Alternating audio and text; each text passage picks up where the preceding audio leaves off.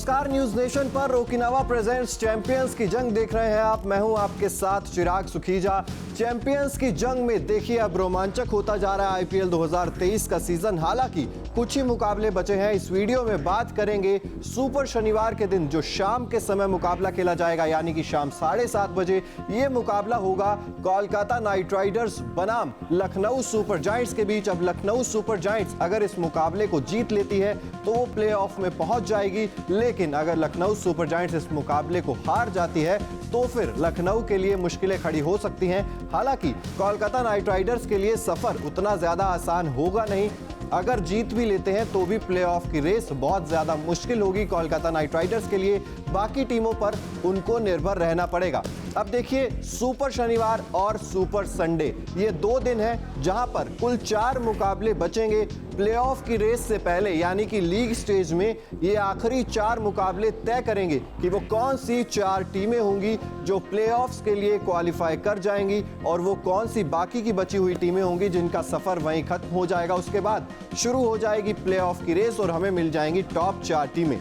अब इस वीडियो में चर्चा करेंगे, जैसा कि मैंने कहा, कोलकाता नाइट राइडर्स बनाम लखनऊ सुपर जायंट्स के बीच इस मैच के बारे में, जो कि शाम 7:30 बजे कोलकाता के ईडन गार्डन्स में खेला जाएगा शनिवार के दिन।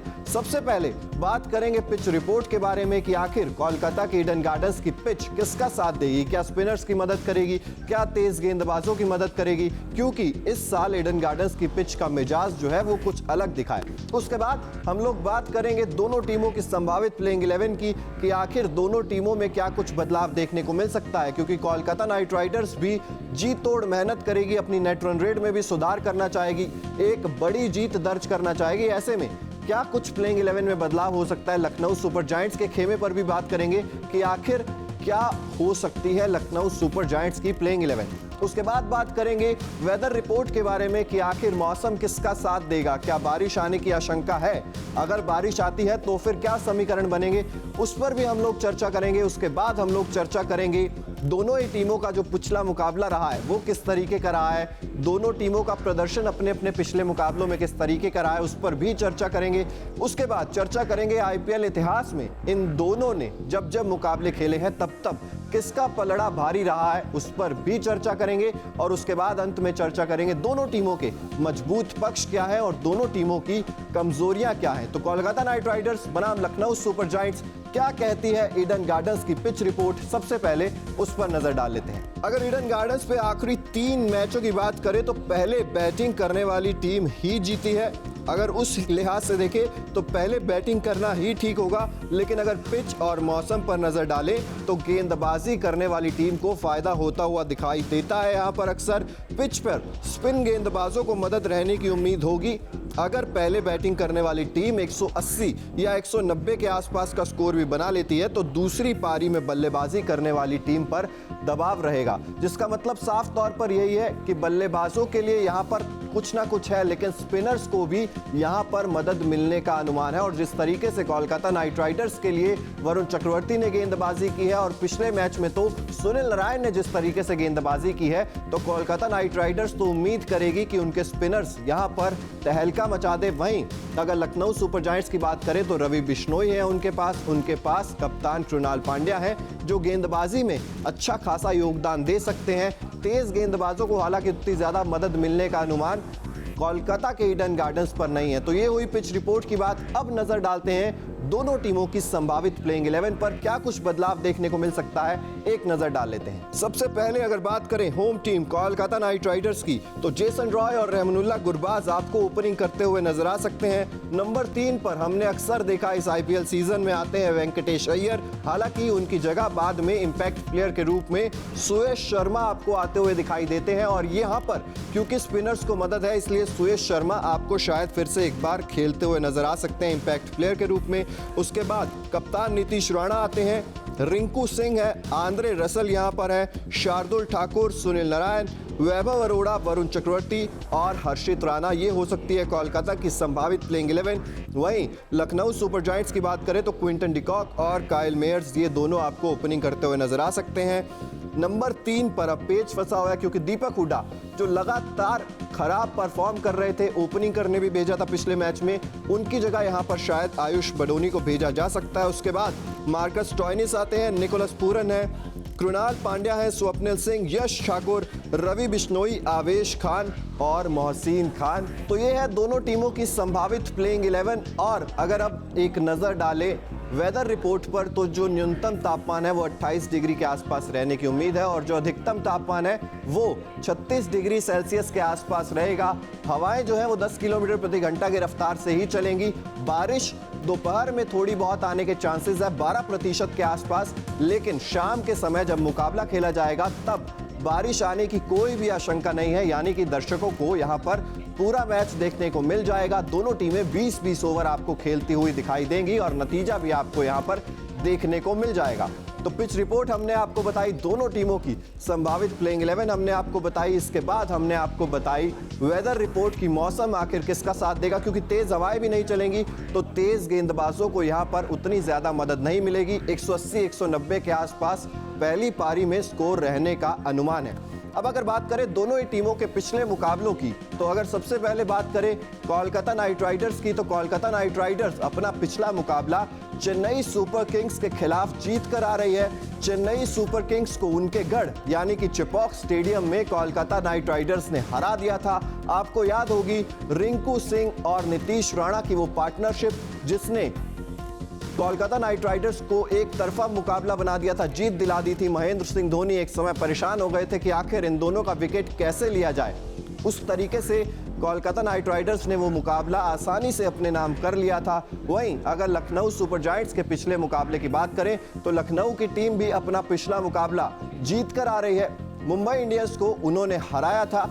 हालांकि लखनऊ सुपर जायंट्स तब खेल रही थी अपने होम ग्राउंड पर यानी कि कान्हा क्रिकेट स्टेडियम में। वहां पर आपको याद होगा कि ईशान किशन और रोहित शर्मा ने शानदार शुरुआत दिला दी थी मुंबई इंडियंस को, लेकिन उसके बाद एक मुंबई इंडियंस के विकेट्स झटके थे लखनऊ सुपर जायंट्स ने। वहां पर मोहसिन खान चमके थे, वहां पर रवि बिश्नोई ने शुरुआत में ही रोहित शर्मा और ईशान किशन जब एक पार्टनरशिप लग गई थी 90 रनों के आसपास की, तब एक के बाद एक यानी कि बैक टू बैक विकेट्स ले लिए थे ईशान किशन और रोहित शर्मा के, जिसके बाद मुंबई इंडियंस परेशानी में आ गई थी।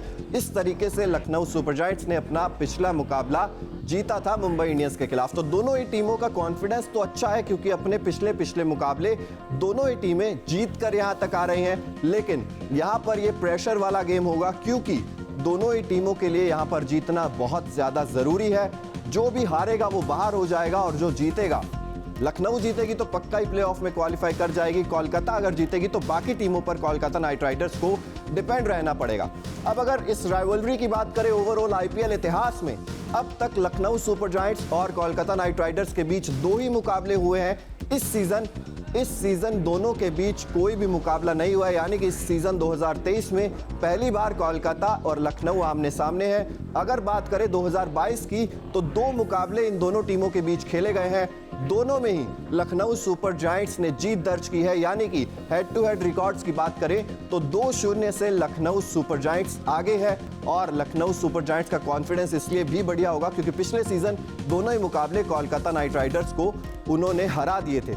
एक नजर अगर पॉइंट्स टेबल पर डालें तो लखनऊ सुपर जायंट्स की टीम तीसरे नंबर पर है पॉइंट्स टेबल में। वहीं अगर बात करें कोलकाता नाइट राइडर्स की तो 7वें नंबर पर मौजूद है कोलकाता नाइट राइडर्स की टीम, यानी कि कोलकाता के लिए क्वालिफाई करना काफी ज्यादा मुश्किल हो जाएगा।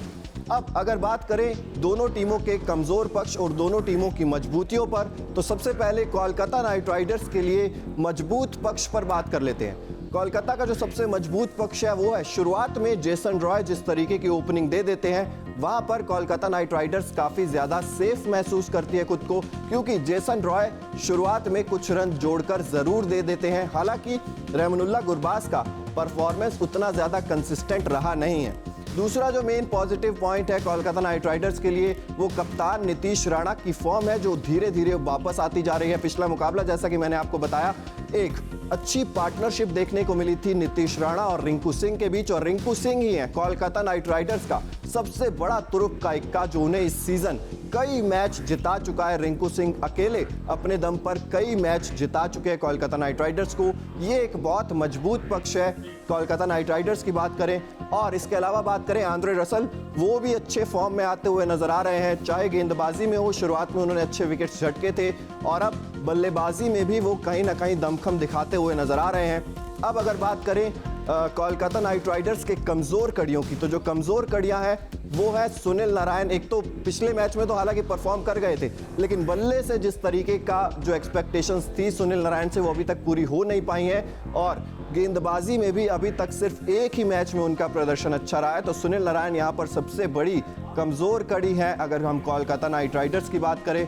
वहीं गेंदबाजी जो है वो भी कोलकाता नाइट राइडर्स के लिए कहीं ना कहीं परेशानी का सबब बना हुआ है। कुछ तो इंजरीज थी, उसके बाद भी अगर हम देखें तो तेज गेंदबाजी में भी वो धार कोलकाता नाइट राइडर्स के पास नजर नहीं आती है, जो कि आपको लखनऊ सुपर जायंट्स के खिलाफ चाहिए। हालांकि अपने घर में खेल रहे हैं, कंडीशंस उनके अनुकूल होंगी, लेकिन फिर भी कमजोर कड़ी कोलकाता नाइट राइडर्स के लिए रहेगी उनकी जो तेज गेंदबाजी है वो। हालांकि स्पिन डिपार्टमेंट में उनके पास अच्छे ऑप्शंस हैं, जैसा कि मैंने कहा, चाहे सुयश शर्मा हो, चाहे सुनील नारायण हो, चाहे हो आपके पास वरुण चक्रवर्ती, ये तीनों जो स्पिनर्स हैं वो अच्छा खासा खेल दिखा रहे हैं, अच्छा प्रदर्शन कर रहे हैं। तो ये तो हुई बात कोलकाता नाइट राइडर्स की। अब अगर बात करें लखनऊ सुपर जायंट्स के मजबूत पक्ष के बारे में, तो लखनऊ सुपर जायंट्स का जो सबसे मजबूत पक्ष है वो है, चाहे वो हो मार्कस स्टोइनिस, चाहे हो निकोलस पूरन, इन दोनों ने मिडिल ऑर्डर में जिस तरीके की बल्लेबाजी की है वहां पर खासी राहत की सांस ली होगी लखनऊ सुपर जायंट्स ने। और अब केएल राहुल के जाने के बाद जिस तरीके की शुरुआत क्विंटन डिकॉक भी दिलवा रहे हैं, वो भी कहीं ना कहीं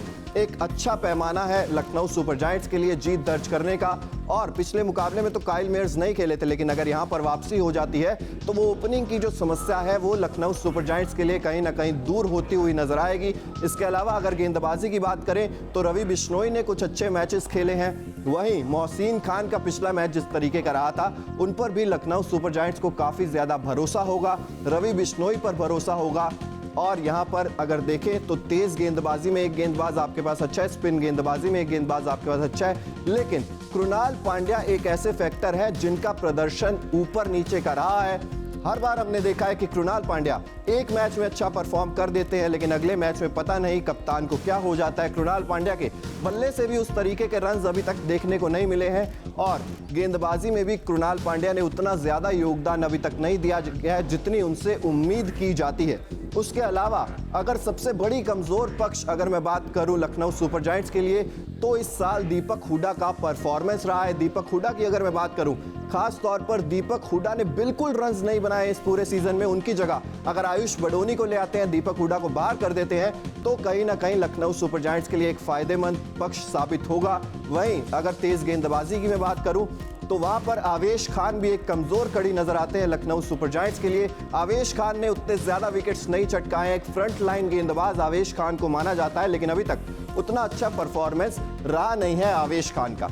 तो सबसे पहले हमने आपको पिच रिपोर्ट बताई, उसके बाद हमने आपको बताई दोनों टीमों की संभावित प्लेइंग 11, वेदर रिपोर्ट पर भी हमने नजर डाली, उसके बाद हेड टू हेड रिकॉर्ड्स पर नजर डाली और नजर डाली दोनों टीमों के मजबूत पक्ष और कमजोर कड़ियों पर। तो ये सब जानने के बाद आपको क्या लगता है, क्या लखनऊ सुपर जायंट्स इस मैच को जीतकर प्लेऑफ में सीधे तौर पर एंट्री पा लेगी या फिर कोलकाता नाइट राइडर्स अपने घर में बाजी मार जाएगी? आपकी राय कमेंट बॉक्स में जरूर बताइए। इसके अलावा अगर अभी तक आपने न्यूज नेशन को सब्सक्राइब नहीं किया है तो जल्द से जल्द सब्सक्राइब भी कर दीजिए, क्योंकि देश और दुनिया से जुड़ी हर खबर तो आपको यहां पर मिलती है। इसके अलावा ओकिनावा प्रेजेंट्स चैंपियंस की जंग भी न्यूज नेशन पर लगातार जारी है। बहुत बहुत शुक्रिया।